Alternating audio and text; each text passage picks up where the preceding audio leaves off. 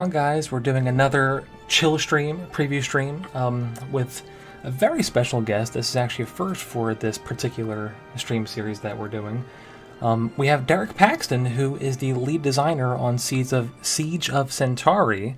So it's the game we're going to be playing today. Just came out in early access from Stardock and crew. So super awesome. I was playing the game a bit earlier over this weekend, and you know I'm like really excited for the game. And I mean, Stardock, and I'm not serious. Like, I'm not trying to put you guys on too high of a pedestal, but you guys have been putting out consistently solid games and great games. So I want to start off, just kind of going over your background, Derek, and you know, you were heavily into modding and stuff before you went into Stardock, right? Yeah, that's correct. And thanks for having me on your stream, by the way. Yeah, welcome. But yeah, I started out as a modder for Civilization 4. I worked for what my mother called I had a grown-up job, and my company had sent me to London to work on a project for a couple months, and I'd always wanted to make a video game, so while I was over there, I made a mod for Civilization 4 called Fall from Heaven, and that did fairly well. It got some notice from the gaming community, and then when Civilization 5 came out, Firaxis was kind enough to let me be a design consultant on that game, and that was a lot of fun. And after Civ 5 released, I started talking to Brad here at Stardock, and he offered me a job to come up and quit the grown-up job and make games for a living and have meetings about spaceships and dragons and stuff. So That's awesome. Like, Brad's an awesome dude, and everyone that I've known from Stardock has been really, really cool. Just an awesome company. And corporate, like, your headquarters is on the East Coast, right? It's in, where are you guys at again? No, we're in Michigan. We are the lone, there's a couple very small game developers up here, but we're kind of by ourselves, about an hour outside of Detroit. And because of that, and because there isn't a big game development community around us, we it's hard for us to retain talent. So anytime we get somebody, we want them to stay here forever. We've had people that have been here for 14, 15, 16 years. I've been here for 8 years. I'm still one of the new kids. We have a great group. That's awesome. Cool. So yeah, we'll hop right in. So for those guys who haven't seen, we had the blurb up for the game when it was announced. I think we had a blurb when the game went live on early access too. Basically, it's a tower defense / strategy game. So it's set in the ashes of the Singularity universe, right? If I'm not mistaken. Yep, that's correct. Cool. And if you guys haven't checked that game out, we have a review for it. It's a crazy, talk about, I've got a 1060 6 gig GPU, and man, it put that through its paces, and still running it, high settings and gorgeous, unbelievable game. And they can barely hear Derek. Let me see. Let me turn up. How about now? Can you guys hear me better now? Yeah, it's probably a little bit better. I got the levels up on here, so cool. I saw Centauri, I got happy, but I realized it wasn't Alpha Centauri. Look at that. All right. We worried a little bit about that when we named it. We thought, are people going to get confused about this? But that is fine. Alpha Centauri was an amazing, incredible game, and I love that a lot too. This is true. Yeah. Sounds like the volume is better. Yeah, I'm going to crank you all the way up then. Okay, cool. And also, this is a kind of laid-back stream. I'm not, yelling and going, bing, bing, wahoo, and I'm screaming and stuff. So, I tend to get a beer to celebrate the game and the theme and stuff. And there's actually not that many sci-fi beers out there, believe it or not. There's not there's not many, but I got UFO White. It's very, very good if you guys haven't tried it. It's from the East Coast, so we have a lot of fans from the West Coast and the South, the Deep South and Europe and stuff. So I will open this guy, and so we're gonna get started. Anyway, so from what my understanding is, this is kind of just a a no nonsense tower defense, but you eventually fight these gigantic waves of these AI bots, and Baltimore has the horror of Natty Bow. What? Natty Bow. I don't know what that is. Is that a beer he's talking about? Some some sci-fi-ish beer he's referring to? Possibly, yeah. Natty Boa. It sounds familiar. I'm not sure. But anyway, let's get back into the game. So, and I'm really curious though. Like, there's there's gonna be a story mode and stuff, but it seems like right now there's only single player. Like, is multiplayer? Like, is there some sort of like It was really popular back in the day when you had like like your Warcraft 3 obviously like was famous for lots of those TD maps and stuff. And I'm just curious, like, is that something that is feasible with this kind of game?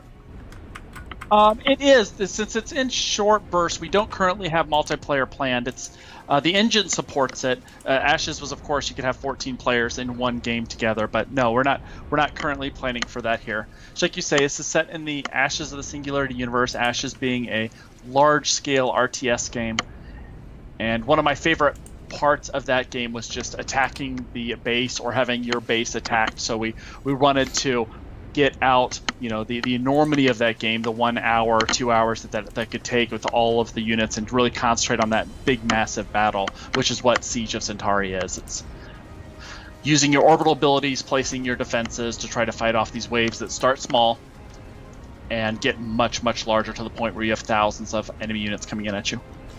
Yeah, I played a bit further on a different PC, so this actually... I always get confused which games, on Steam that have like cloud saving and this and that, but so this is the first level, so you can see there's little baby waves, but it picks up. It definitely picks up pretty quickly. But yeah, I also want to talk about too, like, just the sheer scale of things. And there's like lore, which is so cool. Like, I think I talked with Brad about it too before Ashes came out, and even just the lore in this universe is so cool. It's like meta-human / post-human type of technology, right? Yeah, there's a book out written by David Simpson, who's a phenomenally talented writer, called Dawn of the Singularity, which is fantastic and worth checking out. And it goes through men embracing the singularity, so effectively attaching themselves to computers, using computers as a part of their brain power, and those are what we call the post-humans. And Ashes of the Singularity was about the post-humans, these people who have surpassed humanity, and the AI, which is the substrate, so about that war. This game is about the humans, the normal humans, and Darius Robotics being the company that's kind of putting out machines and AI as human helpers, and their first chance to get outside of our solar system and establish colonies outside of our solar system. So they send some colonies out there. It starts well. People are excited. We put multiple colonies down on this planet, and as you've probably guessed, it does not end all that well. So they find something out there, and that's what this game tells the story of the normal humans running into something in outer space. That's awesome. I didn't even know there was a book. I gotta pick it up. I obviously huge sci-fi buff here. I mean, I'm kind of wearing the little Wayland Yutani shirt here. If you guys don't know who that is, then for shame, Although hopefully Disney doesn't do another movie in that or another trilogy. I hope not. There's rumors. Oh dear God. Anyway, so back to the game. Yeah, I think like somebody mentioned, they love the little lander bringing in the turrets. I think it's so cool too, like the attention to detail in this game, even in its current early access form. I mean, you guys are really just firing on all pistons, and this is in the same engine, right? I mean, I think it's the Ashes engine, or I forget the name. It's or Oxide, right? I think it's the name of the engine. Nitrous is the engine. Or Nitrous, yeah. right. Nitrous, yeah.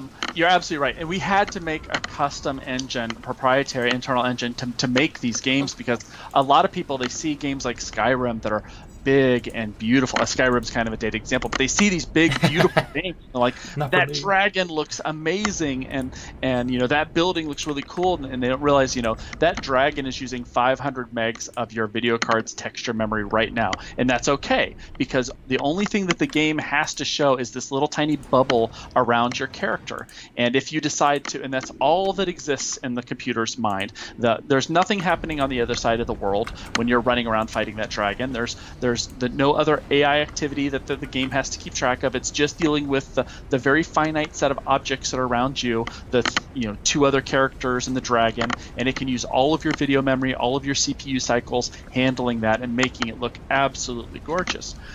But in strategy games, these large-scale strategy games, every single aspect of the game, every unit, every model, every particle effect, every animation, all has to be loaded and running on your computer at the same time, because if you click on your minimap to go from one section of the world to another, you can't see a loading screen there like if you quick travel in Skyrim from one place to the other. You have to immediately be there, and the computer has to be fighting that battle. Even if you as a player aren't looking at it, it's still fighting that battle on the other side of the world. Every shot is being calculated, every part of that battle is happening. So they don't realize that strategy games, large-scale strategy games, have a much different resource requirement than the first-person shooter. So we had to make a kind of a custom engine to be able to do it. But the advantage of that is we can make a game now that has thousands and thousands and thousands of units all fighting each other, which we've never been able to do before. Yeah, and you guys do multi-threading too, right? I think, in Ashes of the Singularity, I'm pretty sure that was one of the first games to really truly do that.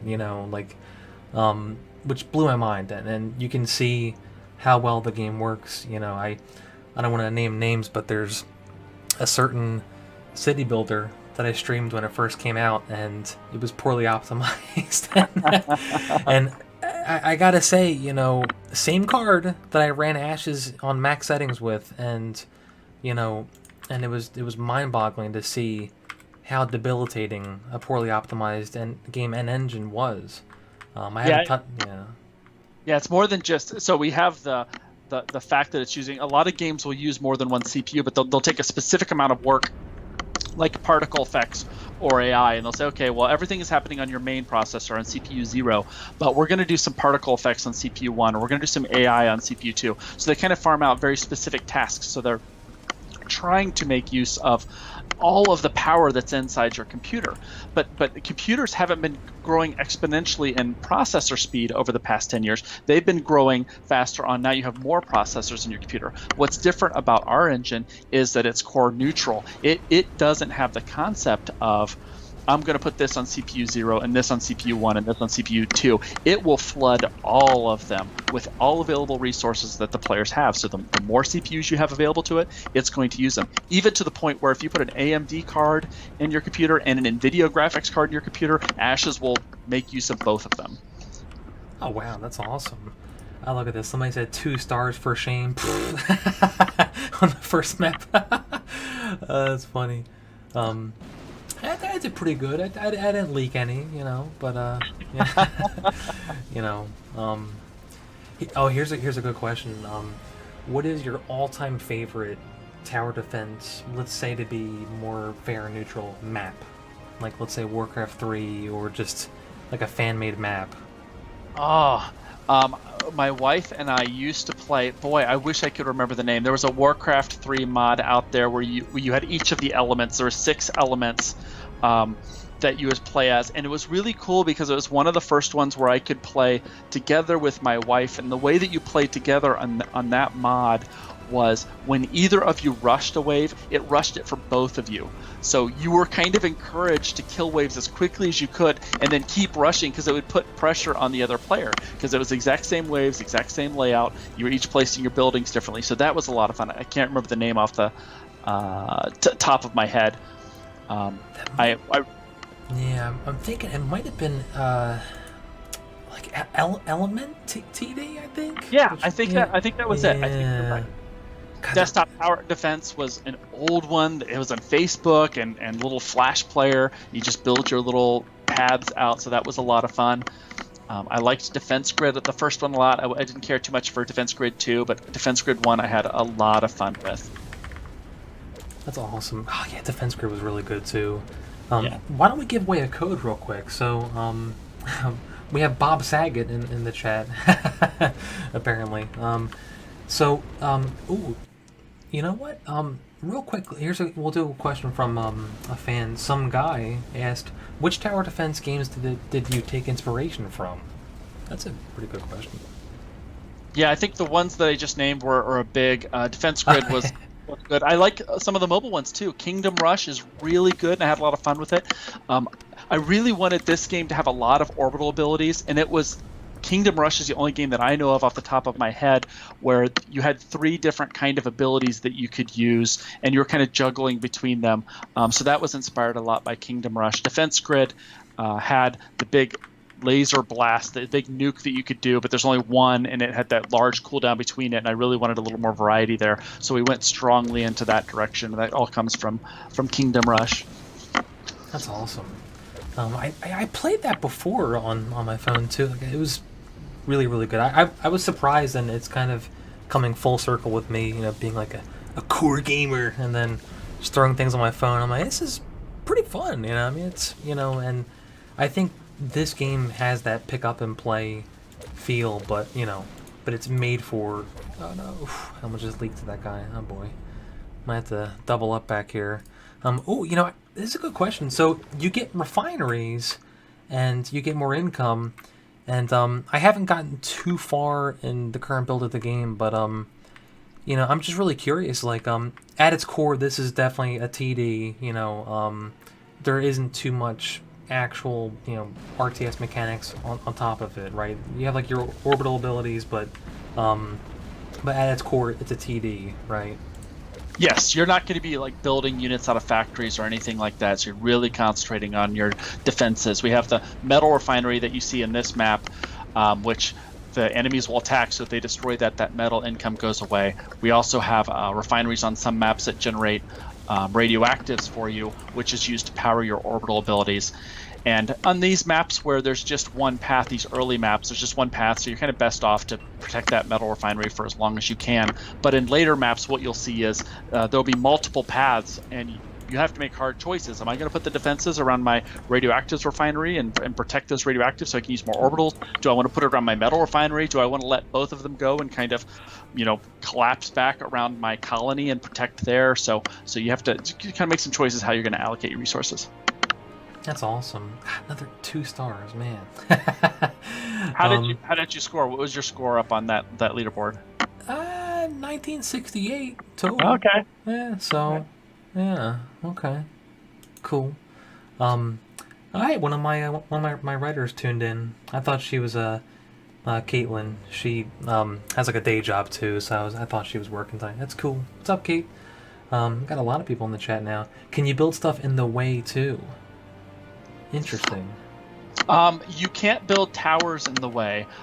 What you can do is drop some of the orbitals. Drop things like you saw that he just unlocked Milton, which is a AI war machine. So if you can drop Milton right in the path, he will block those units and start using his missile launcher and chain guns to destroy everything he can.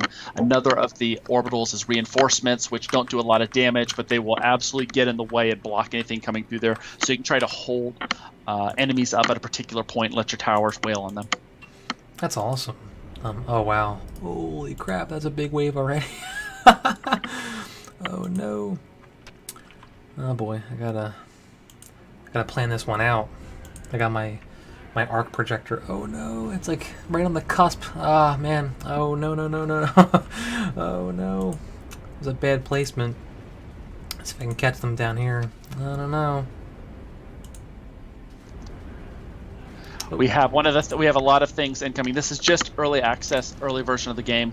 We really rely on our community to give us lots of great feedback, and we change our games dramatically based on that feedback a lot of time. The first version that we put out actually didn't have a mini map on it, but so many players said, I need a mini map. Then it came in. And they were absolutely right. As soon as I played with it, I'm like, I can't live without it now. Yeah, I want to say once again, I mean, even in like, it's like early access, you know, a lot of our fans have gotten, I think recently, you know, we have a lot of coverage of these games that are hitting early access, and you know, we're showing off games like Siege of Centauri that are incredibly well polished, that you know are not these. I don't want to, you know, paint a broad brush, but we've all seen the games that come out and they're pretty rough, you know. But this is the opposite. I mean, this is a very well polished game already, and holy crap, I totally Oh no! Oh my god, I wasn't paying attention. Oh no! You just gave me a hint on stream. Yeah. So that was your radioactive refinery. I don't think you're going to be able to save it now. Oh no! No! Oh man, Let's see. that stinks. I don't know. Can we save it, lads? I don't know. Yeah, Stardock's been making games for a lot of time, so we do like to think that our games are polished. They're working. You know, there aren't technical issues. It certainly doesn't mean that there aren't lots of opportunities to make it more fun. We're releasing maps. This game went into early access on Tuesday. We put a new map out on Thursday. We're putting a new map out tomorrow. We're putting a new mission out this next Thursday. So new content is coming out pretty quickly too for it. That's awesome.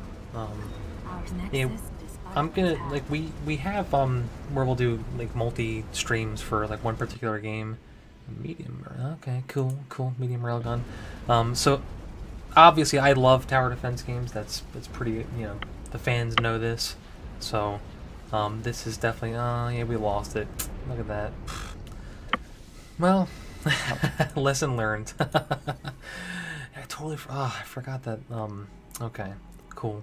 Well, you know, let's pause this real quick, and I'm gonna grab a code. So if you guys are out there watching, you know, I'm debating on how to get the code to the user. Got it on this little notepad right here, and I want to make sure. Oh, want to make sure that I get this to. Let's see. How about in chat? You know, why don't you guys just type in Centauri, and it has to be spelled right, and I'm gonna pick somebody at random, and you get a code. So type in Centauri, and you have to. I mean, come on, like it's in the title of the stream. Like you have to. So you get a free code to the game. We got a bunch more. We have several more codes too. So all right, there's.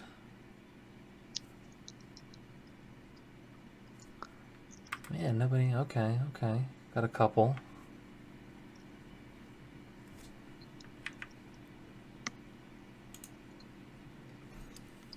I'm making sure mixer's coming through too. Yeah, we have our mixer as well. Okay.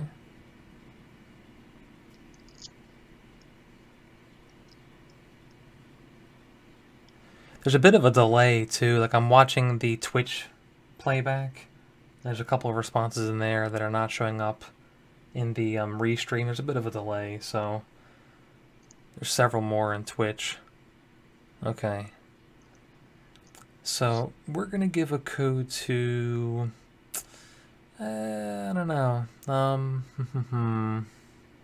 Actually, you know what, Derek, you're on stream. Why don't you pick out the user for us to give a code to?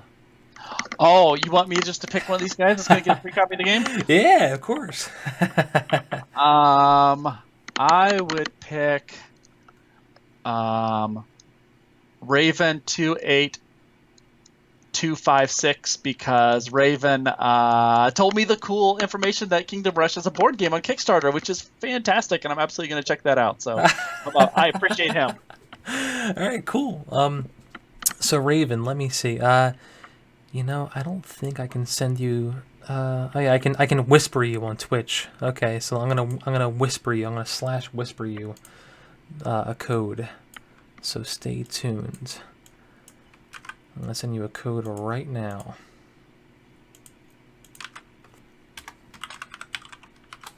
There we go. Cool. So first code is away. We will have plug the Discord at the same time. This is true. We have a Discord, so there's thousands of fans on there. If you guys are not part of the Discord, it is a fun, wild time. Discord.me/nichegamer. They changed it though, so you have to click the link and you have to click join to actually join the Discord now. Before it was like an auto join link thing. So make sure you actually click join and don't just expect that you're in there. You have to click through now. So anyway, that's awesome. Thank you. Yeah, Raven got it. Cool. Don't worry. There's more codes. Don't worry, guys. No sad crying faces. There's there's more codes. Don't worry. So tell your friends. You know we're streaming. So Man, look at these waves, man. If you guys haven't seen Ashes of the Singularity, this is like nothing compared to that game. I mean, like, you know, you have to just marvel at, you know, how awesome. I think I'm totally boned. Let me see. I need some more arc projectors. I should have saved up my monies. Oh no. Do you ever use scavenger modules? No, actually. So that second tower on your list is a scavenger module, and whenever any enemy is killed within its radius, you get metal for it. Oh my gosh. Oh yeah, I was doing that on the first two maps. No. Okay. Let me. You know what? That's why I'm so far behind. Oh no. Yeah, I think I'm boned. I totally messed up on this map. Brandon has a really chill voice. Expected a bit more strength. Okay, that's funny. So if you're just tuning in, we're streaming Seeds of Centauri, and we have Derek Paxton, who's the lead designer on stream. And yeah, I'm totally boned here. This stinks. I can maybe come back, but I don't think I can. Let me see. Nah, I think we're totally. Oh wow! Look at that guy. Oh yeah, that's so cool. Look at that. That is awesome. Yeah, so that's the clutch of eggs, which is when he's destroyed, he drops a ton of little spider hatchlings that all come for your colony. So he's trying to get them as close to your base as he can, and then he'll drop them, and you'll get swarmed. Oh man, yeah, I think I have to restart this level. Yeah, I don't think you're gonna survive long enough for him to reach your colony. Yeah. Here, let's yeah, we're gonna restart this level, and so we'll hop right back in. Cool. So I'm gonna put an arc projector probably right about here. So yeah, I remember there's the big wave start. You know, can't forget about that second star now. Yeah. Or do they mean the second start like the waves that come from the left too? That's what I'm curious about. Sure. So, yeah. So this is early access for us. What would you like to change? I'm working on the next big update right now. What would you change about the game? Oh, that's a good question. You know, I kind of feel like the floatiness of the. Jeez, I'm already messing up. Look at this. I feel like the floatiness of the panning is kind of throwing me off. Yeah. Yep. Like, are you an edge scroll kind of guy? Yeah, I tend to be an edge scroller, and I totally. Oh wow, these guys were faster. Man, look at that, masochists. Oh no, I need to clean up there. Okay, but yeah, I totally I get, like, I love that it feels like you're in the you know, I guess the orbital ship, or you know, like module, which is really cool. And I kind of feel like if it was, I don't know, like, if you could toggle it, I think I would be more, like me personally, I'd probably turn it off. I'd prefer it to be snappier, but I think it's a really cool effect, though, you know. No, you're absolutely right. It is broken, and and the build that you have, and the reason that it even got into early access broken like this is because at Stardock we always grab the map, so you can just click on the map with the left and you can move it around, and we never edge scroll here. Nobody at Stardock edge scrolls. So when it gets out to people that actually use edge scroll, which is a lot of people, they're trying it and they're like, wow, edge control, there's all of this inertia, and just like you say, it floats way too long. You move over to the left and the camera just kind of goes over there a little bit further. That will be fixed in the next patch. We have it fixed internally, so that's already on our list, and I'm glad you point that out. That fix is coming soon. That's so funny. I thought, I'm like, it's a pretty, like, mentally I was thinking it's a pretty cool effect, but you know, I was wondering because you know, I don't want to say that Stardock puts out pretty orthodox strategy games and stuff like that, but I feel like you guys you have your finger to the pulse of what, you know, fans of these genres want, and that's why your games do well, you know. I mean, yeah, like, you get a lot of feedback, and obviously you guys play these games. I mean, God, I would ramble with Brad about just like both their titles and other titles that, you know, we've been playing, so yeah, doing a little bit better. Lucky that I get to be able to work on games that I actually really enjoyed, really passionate about, and just, you know, we make games not because we think that there's a this is the one we can make the most money on or be the most profitable for us. We wouldn't be making PC strategy games if that was said. It's because, listen, I want to play this game, so let's make this game so that we can play it. So we have a lot of fun with that. Yeah, that's one thing that's... Oh, man. I'm trying to get enough for one of these big bad boys here. I'm not sure if I'm going to be able to hold back the waves. Oh, man, look at this. That's funny. Man. Yeah, you guys really step up a notch right away. Let me see if I can clean up down here.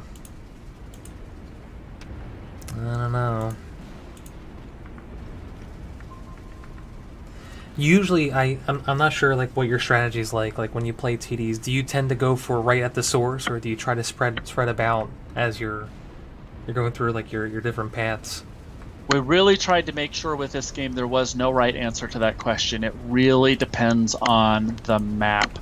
For this one in particular, I really find myself having to collapse around the colony, put a scavenger module right there by the colony because that's where I'm going to do all my killing, and then arc projectors about right around those narrow entrances leading in to try to maximize damage. Because if you spread out too much on this map in particular, and you have all those fast enemies coming out at you, it doesn't work well. But that answer isn't the same for all the maps. A lot of maps, if you let them get in this close to your colony, the high damage guys, it's too late and you're going to die.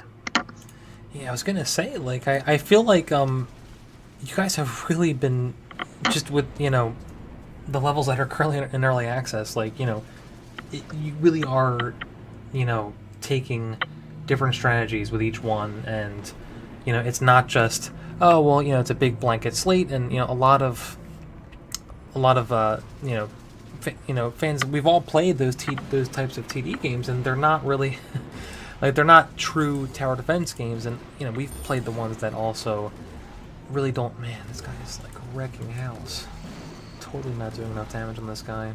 Yeah, gun turrets and arc projectors are really bad against him. With the yeah, that will do a little bit better, and the laser tower will do better. Yeah. Also, if you want to drop Milton down there, you have the radioactives to put Milton down. Ooh. You will draw some fire, and the reinforcements will draw some fire away from your colony as well. Alright, cool. There you go. Let Milton do some damage.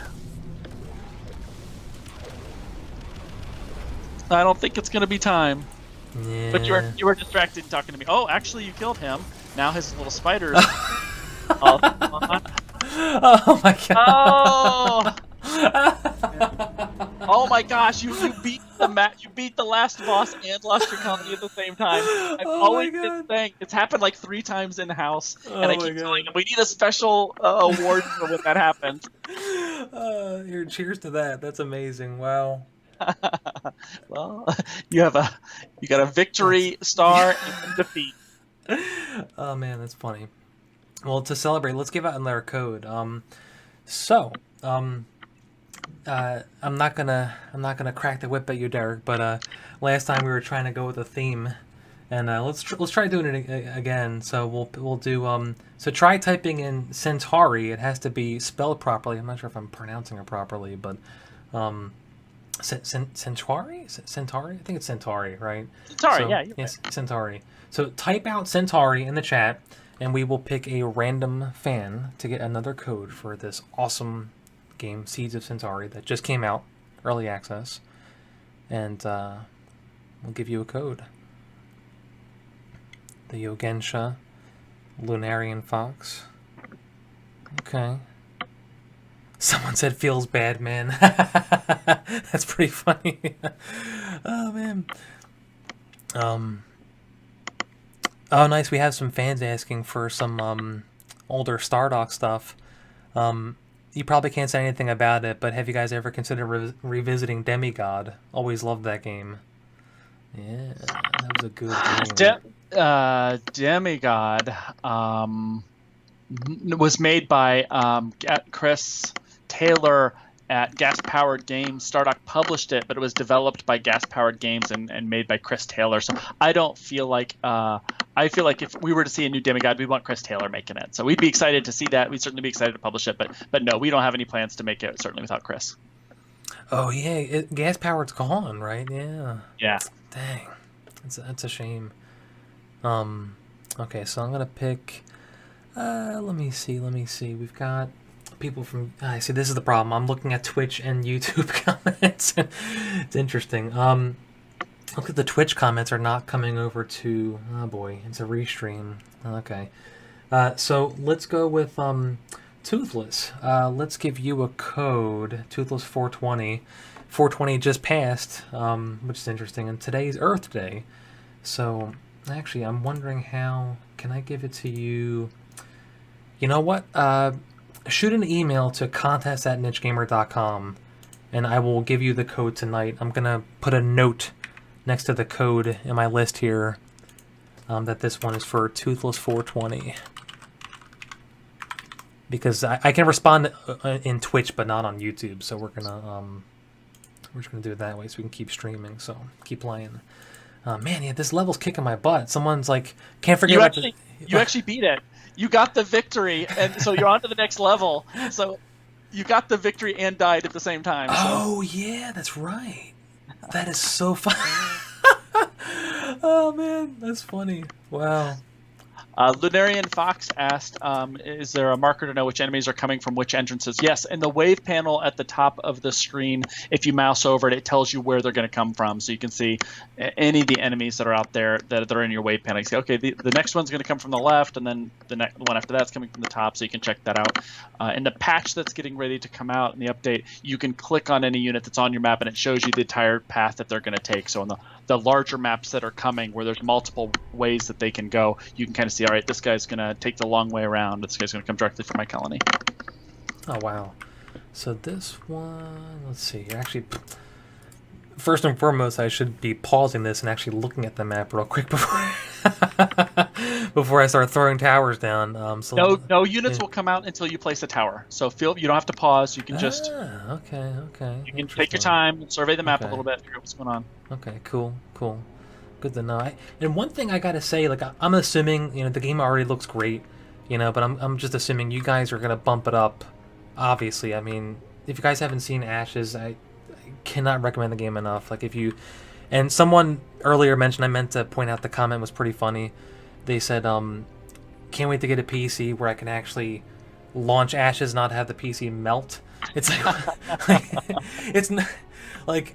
You need just a decent card, I've got a 1060, they run about $200, and if I remember correctly, it ran it in max settings, and it was gorgeous, just no problems whatsoever. I mean, fantastic looking game. I mean, and if you want to see, truly, I mean, this is me being, a PC gamer, I guess, elitist, or, PC master race up in here, but, you can't compare those visuals with stuff coming out on consoles. You just can't. I mean, I'm just being real here. Like, you guys put out an amazing looking game that I think most games still can't really quite touch. I mean, there's so much going on in that game, and I expect this is going to be just as amazing looking. So, Yeah, there's a lot of power in our computers nowadays that isn't being taken advantage of. So it's nice to see games that will harness all of that power that we have there.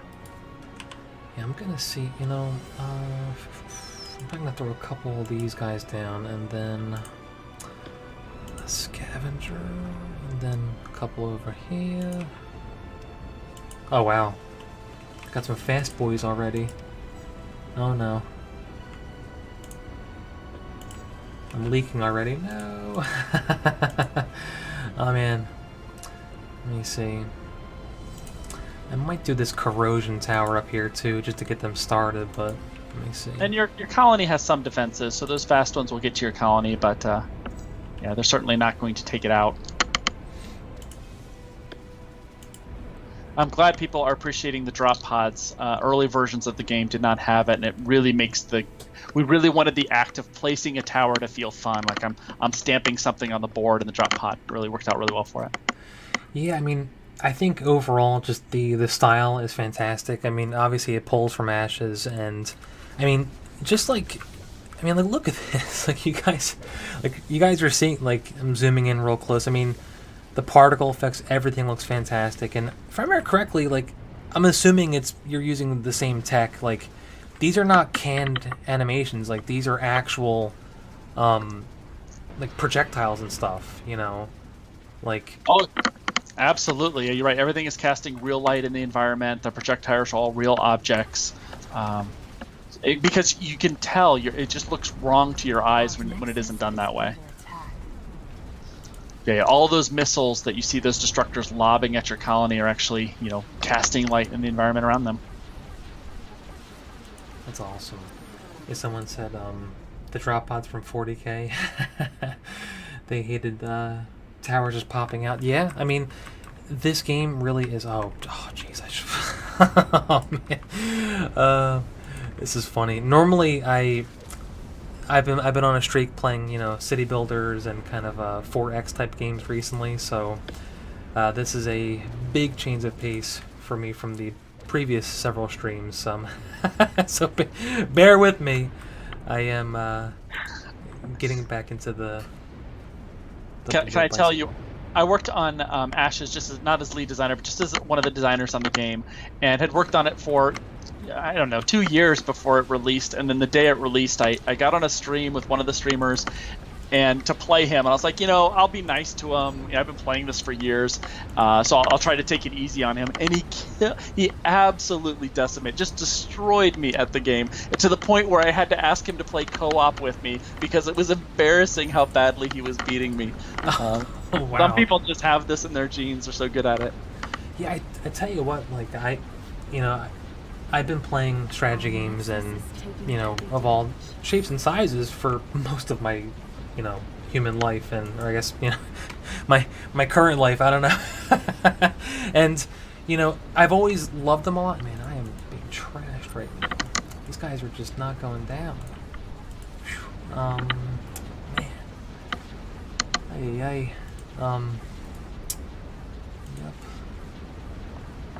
Yep. Dang. That stinks. Anyway, I've always been sort of like in the middle where, I'm not casual, but I'm not really, throwing down, and I'm trying to climb up ladders and stuff like that, And, Yeah. And I'm curious, like, Derek, were you kind of sort of like in the same, like you really enjoyed them and stuff, but you weren't, playing Dota back on Warcraft 3 and stuff like that, or things like that? I'm very much a single player kind of strategy gamer. So I would play, like, I'm the guy that plays StarCraft all the way through the campaign, but doesn't really get into playing online that much, mostly because I just get destroyed at it. So from the single player side, I love strategy games and played a ton of them, but just generally wasn't playing to be competitive. I was playing the StarCraft campaign because I wanted to. I enjoyed the story, and I enjoyed playing it the way I wanted to play it more than, hey, this is a little bit more efficient if you do it this way. That's awesome. Hey, why don't we give it away another code real quick? So we've got a bunch more. So let's do something to kind of piggyback off of that thread. So if you guys out there played Warcraft 3, whether you played online competitively or not, what was your favorite unit portrait and why? And post it in chat, whether it be peon or peasant, knight, and try to be accurate with the unit name. If I if I see like the dude on a horse, I'm gonna be like, come on, like don't, Let's see, and we'll give you a code. So you have to say what was your favorite character portrait, or even, I guess, for that matter, favorite unit in Warcraft 3. Just to kind of come off that thread and just see, we'll get a census of our audience and what they'd like to play the most with. I like that Aberrant Colt said that they're going to go out and buy Siege, and they're installing it now and to get into the EA. So appreciate that, and please post in the forums and let us know what you like, what you don't like, what we can make better. Oh, that's awesome. Yeah, thank you, Aberrant. Like, seriously, that's why we do this. We do these preview streams to just show off the game. We go over the features, we play them, and it's every Monday night, 6 p.m. Eastern typically, we do these streams, and it's typically just games that just came out. We're trying to show them off and give them some more love and, get the word out there, alongside, obviously, our print coverage and reviews and stuff like that. So, oh man, like, nobody is, people are saying it's a tough one. Nobody's responding. Okay. Oh man. Okay. Well, let's might have to pick like an easier one for people to just kind of spam. Usually that's how people get the free stuff. They just want to spam things, you know. The Toothless asked if there is a tower for each enemy type.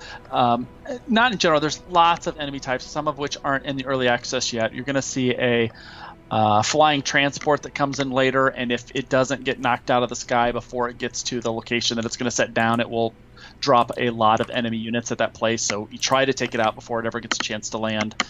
So you see lots of new enemies coming in. There's a falling star enemy that when it's destroyed, it explodes and disables all your towers around it, so it keeps you from clumping everything in one little batch together. And we want the towers to not really be this tower is made to kill that unit so much as they have a lot of variety and effects and you want to play with them and put them together, like your scavenger module, and there's a gravity well that slows enemies. We have a drone bay that's going to be coming out that has a really long range, but it manufactures drones that will go out and harass and attack everything that's around it. So it's up to you how you want to use those together to try to defend your colony.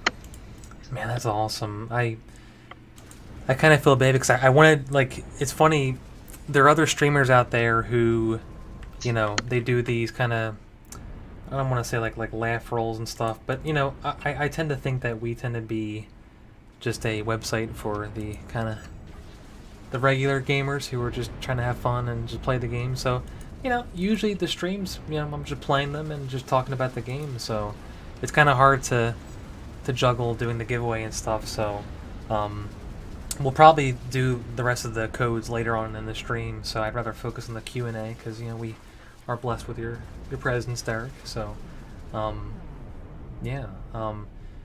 Why? I want to do another question from the fans. I think. Let me see. Oh, I see the comment about the best part of Warcraft 3 was the unit quotes. I agree with that so much. The work is still stuck in my brain from that game. Oh God, yeah, that's so true. It's one thing that I will say though, that and you can't knock Ashes or now Siege for that, is that, you know, they lack that human element a little bit, I think, because obviously you're fighting AI and it's sort of this post-human thing, and it's literally the theme. Like, you can't knock these games for not having that, you know. But I always thought it was funny when I was playing Ashes, like how much I loved it, and kept thinking, man, like I missed like those unit blurbs that they would say, you know. Yeah. And it was like one of the I'm like getting my butt kicked. These destructors, they seem okay. Yogan Shah had asked, is developing games for passion profitable enough to expand? I think that there's a middle ground. It's not black and white with that question. There is.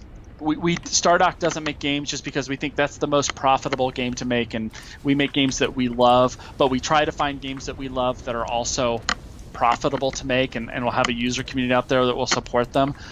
One example of one that we made that we loved and didn't have the user community, so we had to discontinue it, was we made a game for the iPhone called Dead Man's Straw. And we loved that game and had a lot of fun with it. It was really good. In fact, we had a company come and want to make a physical copy of that game. So occasionally when I'm walking around in a store, in a game store, I'll see it sitting on the shelves somewhere. So that's really nice that people are out playing a physical version of that game. But we learned the lesson that people just generally, at least at that time, weren't spending a lot of money on mobile games. There's just too many free games out there. So even though we loved it, and it was a good game, it had good retention rates and great reviews, it didn't make any money, so that was the only mobile game that we've made, and we've gone to PC strategy now. So we're trying to find that mix of games that we love to make and also, you know, allow us to, you know, continue making other great games and be profitable at what we do. And coming off that too, a fan just said Stardock knows their niche or niche, and it's so true. You know, like you guys, you know, I would say like 1000%, you know exactly what works for you guys and what your fan base wants, you know, ultimately. And I think that's awesome. I mean, I wish more developers like would do that, and I mean I think would focus on just what's working, you know. I think you guys focus on like a target market, and you know, and the other side of the coin too is you're delivering great products. Like, you know, you're not just trying to go down the checklist of things and you're saying, okay, well we have to this, like, you know, like they're great games on top of it, you know, focusing on, okay, well, oh, man, I'm getting my butt kicked in this map. Dang. Oh man. That's funny. I think the secret to that is, one, we are that core audience. Like we understand the core audience because that's us. That's we are the nerds that want the harder core kind of PC strategy game. So we love the game, so it's easy for us. And the other one is that we talk to our community a lot. When you put games out like this in early access, and I go and I see some negative reviews around Siege, and they're expecting the game to be released and finished, but Stardock has been doing betas of its game from well before Steam was offering early access, or even before there was a Steam out there. So it's always a fundamental part of all of Stardock's games that let's get community members in and let them play it while it's not a finished product, and hear from them and listen to them and make the game better. There's no doubt it makes the game so much better. It does pain me a little bit to see, you know, people expecting, hey, listen, if it's out and I've paid money for it, I expect it to be finished. And so we get comments like, there isn't, you know, full voiceover in the game yet. Yeah, there isn't voiceover. We have no reason to do voiceover right now because we may cut things and change things around based on if they're fun or not. So I don't want to put a big voiceover in for introducing some new weapon or some mechanic that's in the map when, hey, listen, if it's not fun, we're going to take it out. In fact, one of the things that was in our early access was night maps, where you were blind to everything that was going on in the map and you had to expand and place towers down to be able to see more. And what we found out was people absolutely hated it. It was so overwhelming to be getting attacked out of the darkness. And usually as a game developer, when you remove a feature from a game, people are always against it. It doesn't matter if it was good or bad. People like more features in games, and as soon as you remove something, you get people like that will say, that was my favorite part, but it was the one time I've ever removed anything from a game, and everybody's been like, yeah, that was a good call. That was not fun. So we really appreciate that. Man, a night map on this game, that honestly sounds super intimidating. Like, you're imagining that right now, and you're like, yeah. Why did you even think that was a good idea? I'm so overwhelmed with it already. Yeah, it's like, holy crap, yeah, you know. And I'm throwing down a Minos cannon right now, so we're gonna see this big bad boy shooting down some of these. Oh, look at that! Oh, so yeah, this one has a long fire, a slow fire rate, but lots of damage on one unit. Man, look at that. Requires line of sight on its enemies, so you see it's waiting for them to go around that mountain there. So that's a pretty bad placement for it, but it does great damage. It's one of my favorite. Oh, you know, that's such a good point. I totally forgot about that. I have to pause the game on that point. So here's how ridiculous. Just to put into perspective for you guys out there who, you know, and a bit of a background with our audience. You know, we get people who play all kinds of different games who are playing, you know, typically only shooters or whatever, and then they see us showing off these games and they're like, oh, that looks kind of cool. I never really played these games before. To put into perspective how ridiculous Ashes is, and now that I know that feature is in this game too, the amount of technology they have built into Ashes and now Siege, the towers have line of sight, and the units in Ashes have line of sight. And when I saw the units actually pathfinding, you know, like around hills and mountains and stuff to shoot, like my mind was blown. And then and just seeing that combined with the real, you know, I'm doing the Guido, the real the real you know, particle effects, it was mind-boggling, you know, because I don't think anybody else is doing this. Like we cover a ton of games, thousands of games, and I haven't seen this before, you know. So, you know, wow. So I have to. You're right. Yeah. It is no small feat at all. So it's that tower. There's individual AI on every unit and every tower in the game, and the AI for that tower is looking at the range around it. It is looking at every enemy in that range, and then it's doing all the math calculations to determine, do I have a clear line of sight to that unit or not? Is there maybe a rock that's in the way? Is there The little lip of that plateau, is it blocking me from being able to shoot that guy? And that's a lot of math that's going on, especially in these towers that have, like the Minos cannon, that have such a large range, because potentially that's lots of math. And if there are 1,000 units within range, it's doing that calculation for all 1,000 of them. And that's benefit of the engine we have, that we're able to do that seamlessly. But yeah, a lot of game developers are way too sensible to try to do something like this.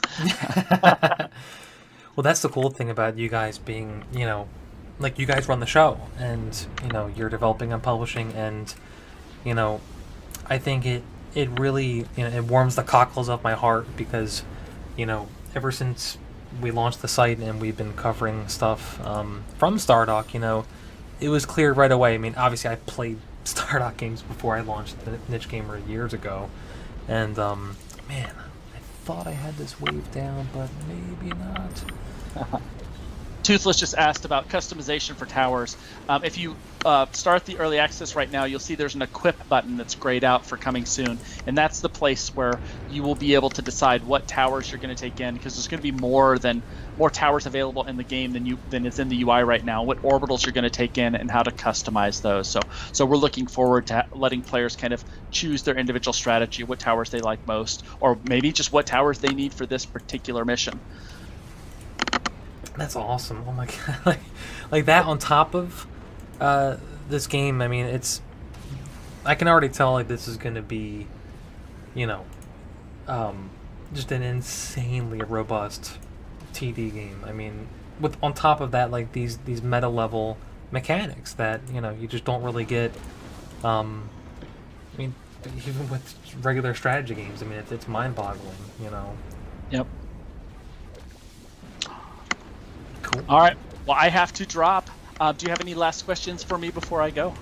Oh man, I'm kind of bummed, because I knew I wanted to keep this just casual and fun, and we'll just play it and we'll do like live Q&A and stuff. But this is probably an unfair question, but I know you guys have a roadmap, but do you feel like you would rather try to ship it, with the current features you're planning and stuff like that, or if you saw something really awesome and you had to delay it for, say, like a month or a couple months or whatever, would you make that decision, or is that not your call to make? Well, I'll tell you a story to answer that question. I came to Stardock in 2010. Stardock had just released Elemental War of Magic in August, and Elemental War Magic was not a good game. And after it went out and Brad saw that, he took a step back and said, all right, well, I don't want to release bad games again. What am I going to do to fix this? And he did two things. And the first one was, he said, anybody who bought War of Magic is going to get the next two games in the series for free, because we never want you to regret a Stardock purchase. If you bought a game for us, we agree that it didn't hold up to the standard level that we expect from ourselves, and we're going to make it up to you. And that was the most important thing he did. And the second thing he did was he hired some additional staff to try to help make sure that that never happened again. And I was lucky enough to be one of those people. And for me, I was kind of talking to different companies in the gaming industry and kind of saying, well, going and working in video games is craziness. Why would anybody do this? I mean, I see them getting shut down every other week, and this is nuts. But when Brad went out and did that and said, no, I stand behind my games, and I'm going to make it up to it, my immediate response to that was, that's where I want to make video games. I want to make games with somebody who believes like that. So I came here, and my first job was to be the lead designer of those two games that we were going to give away to free to everybody that bought War of Magic. And I made a roadmap and a plan, and I was going to take 1 year and make the first expansion, and then take the second year and make a second expansion. And I broke everything I wanted to do up into the game into two pieces, and part A was what was going to happen in the first expansion, and part B was what was going to happen in the second expansion. And I had 1 year for each allocated from Brad, for these games that we were going to give away to free, literally millions of dollars of it we were going to give away for free. And I started working on it. And 6 months through that first year, I had a playable version of the game that I could give out to our MVP community. And we gave it out to the MVP community, and the MVP said, yes, we like this. This is better than Elemental War Magic, but it still feels a little bit like elemental. We don't feel like it's good enough yet. And I realized with horror that they were absolutely right. And this was my worst day at Stardock, where I realized, oh my gosh, I quit my job and I came here to work in game design, and I've been working here for about a little over 6 months, and I put this game together, and it's going to release in another 6 months, and it's not good enough. So I went to Brad and said, this is the feedback from the community, and I agree with them. They're absolutely right. And what I want to do to fix it is I want to do both halves, the part A and part B. I want to take 2 years and spend all that time to make the first expansion that we owe everybody. And then after we spend 2 years, double the amount of time that we'd allocated for this first expansion, we spend 2 years working on it, then we're still going to owe everybody another additional expansion that we have to go and make. And Brad said, take your time, make great games. He didn't say, well, just do what you can to hit the deadline. He didn't say, well, everybody better be working 80 hours a week. He just said, take your time, make great games. So we spent 2 years and put out Fallen Enchantress, which was the first expansion, and then we spent another year and made Legendary Heroes, which was the second expansion, and we gave both of them away to everybody that bought the first game for free, and we sold enough units. So those games were good games. We sold enough units of them to new players that we completely covered all of the development costs of those games. So even though we gave away millions of dollars, we still made a profit. And that really taught us the lesson of, hey, listen, if you just focus on making your games good, and of course, games have to ship. We can't just delay and delay and delay indefinitely. But at the end of the day, Brad realizes that you have to make good games, and that means that you need to give it another month, and then you have to do that, because a bad game shipped early is always bad. But a game that you give another month to and is good at the end of the day will make up for it. So that's why I love being a Stardock, and that's kind of our way that we make games. That's awesome. And you guys have that name too, like your Stardockians, right? That's like Brad's. That's his official name for your people. Yes. Cool. All right. Well, thank you very much for having me on. It's been a pleasure, and thank you for highlighting Siege. And be looking for new updates that are going to be coming out. There's like 2 scheduled for this week, so there's always going to be new content coming out. Awesome. Thank you so much, Derek. And again, you guys are awesome. Thank you so much for being on, and we will stream this game definitely again. Cool. All right. Thank you. Bye. All right. See you.